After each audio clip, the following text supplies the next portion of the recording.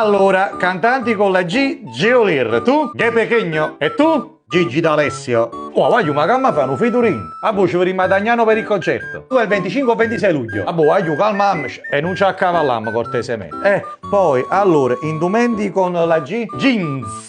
Ma che stai dicendo? Jeans mica si dice con la G. Si dice con la J, no? Jeans, perché quello è americano. E che significa? Io i jeans comunque l'ho ciuccata da Napoli. Ma da chi sa? Vabbè, io indumenti con la G, giacchetta. Wow, pure tu. Sì, ma io tengo i pelo. Io tengo i jeans. Allora è diverso, scusate, 10 punti. Continuiamo. Colori con la G, tu, vabbè, giallo o grigio? Jeans. Ad avoto. Frate, jeans, color blu jeans. Vabbè, ma fatti, 10 punti. Calciatori con la G, Gilmour. Tu, Gulam. Grande. E tu? Juan Jesus.